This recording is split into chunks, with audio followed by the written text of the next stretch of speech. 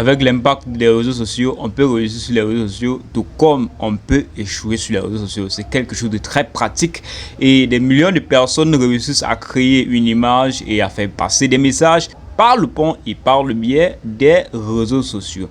Aujourd'hui, nous avons l'histoire en fait du monumental Tchaikovsky, le mec qui a perdu 300 millions de francs CFA, soit environ 500 000 euros, dans une boutique dans laquelle ils vendent des chaussures, hommes et femmes, bref, des accessoires, bref, les trucs, les habillements, tout ce qui va avec. À travers ces réactions sur les réseaux sociaux, beaucoup de personnes sont vraiment éblouies et se demandent comment quelqu'un, un jeune même en plus même, qui a perdu 300 millions, une fortune colossale que la majeure partie, le tiers même de la population camerounaise, une personne avoir même seulement 1 million c'est difficile, mais combien de fois 300 millions? Comment un jeune de son âge peut perdre 300 millions et se trouver dans les situations dans lesquelles il dit que c'est rien, c'est pour lui ça ne le dit rien, c'est comme s'il a perdu seulement 1 million, donc pour lui c'est insignifiant même pour lui. Donc ça suscite beaucoup de réactions sur les réseaux sociaux. Les géants en ont parlé. Il y a récemment même Claudel Nobessi, l'un des géants de l'entrepreneuriat camerounais, qui inspire aussi la majeure partie des jeunes au Cameroun, qui est allé lui donner un coup de chapeau et l'encourager, histoire de le booster et le faire comprendre que la jeunesse est avec lui. Il y a même récemment Investi au pays, la chaîne de l'entrepreneuriat qui booste les jeunes,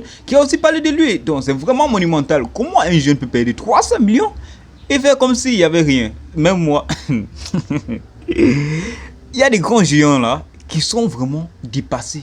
On ne comprend même pas ce qui se passe réellement. Est-ce que tout ceci était planifié? Il y a entre-temps les gens qui se questionnent. Est-ce qu'il a mis en danger son business afin d'avoir de la popularité et de la visibilité pour pouvoir vendre encore plus? Parce qu'il y a des gens qui disent qu'on veut lui donner du soutien, il refuse. Il dit je vais réinvestir, j'ai encore un peu d'argent. Donc tu vois que dans les 300 millions, et dans cette boutique dans laquelle les 300 millions sont brûlés, il y avait encore de l'argent. Il dit qu'il a encore l'autre qui va encore réinvestir.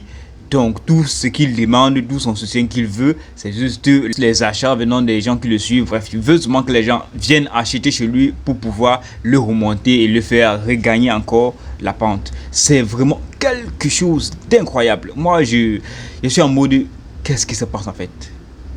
Est-ce que tout ceci était déjà planifié? Est-ce que c'était une stratégie marketing? Parce que non seulement il refuse qu'on l'aide, mais de l'autre côté aussi, il dit qu'il va encore réinvestir dans le business, c'est-à-dire il va encore ouvrir quelque chose de monumental encore plus. Donc ça crée beaucoup de confusion. Bref, on ne sait pas trop vraiment ce que le gars là, sur quoi il s'appuie et vraiment quelles sont ses sources d'entrée. Est-ce que c'est vraiment ça qu'il fait pour vivre? Est-ce que c'est pas peut-être l'iceberg, un truc qui représente en fait son patrimoine financier, un truc de ce genre? Est-ce que c'est réellement ce qu'il fait pour vivre? Parce que si c'est vraiment ce qu'il fait pour vivre, c'est tomber, ça a coulé, il aurait peut-être fait recours, peut-être un prêt, ou s'il a même fait un truc de... Bon, c'est juste comme ça, il veut juste gagner en popularité, c'est en train de grandir, le maximum de gens sont en train de le suivre.